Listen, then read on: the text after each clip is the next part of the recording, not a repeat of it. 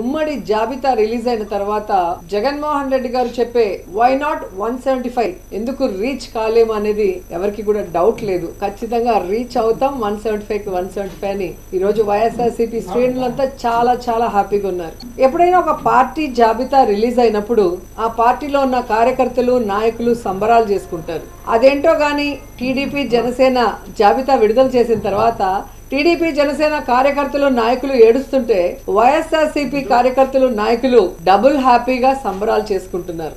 ఎందుకంటే ఈరోజు ఆ జాబితా చూశాక పవన్ కళ్యాణ్ అసలు ఎందుకు పార్టీ పెట్టాడు అని మాకే కాదు, ఈరోజు జనసేన కార్యకర్తలు నాయకులకు కూడా అర్థం కావట్లేదు. ఎందుకంటే పవర్ షేరింగ్ అన్నాడు, సీట్ షేరింగ్ అన్నాడు, ఓట్ షేరింగ్ అన్నాడు, కానీ పావలా శాతం కూడా సీట్లు తెచ్చుకోలేకపోయాడు ఈ పీకే పవర్ స్టార్ అనేది. ఈరోజు ప్రజలు అంటున్నారు ఈయన పవర్ స్టార్ కాదు, పవర్ లేని స్టార్ అని.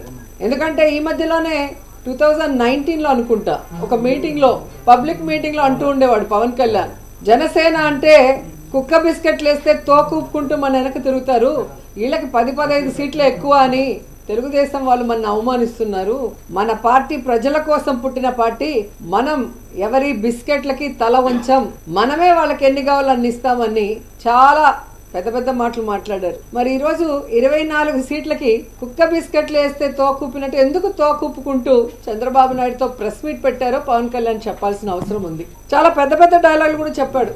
సముద్రం ఎవరి కాళ్ళు పట్టుకోదు, పర్వతం తల వంచదు అని.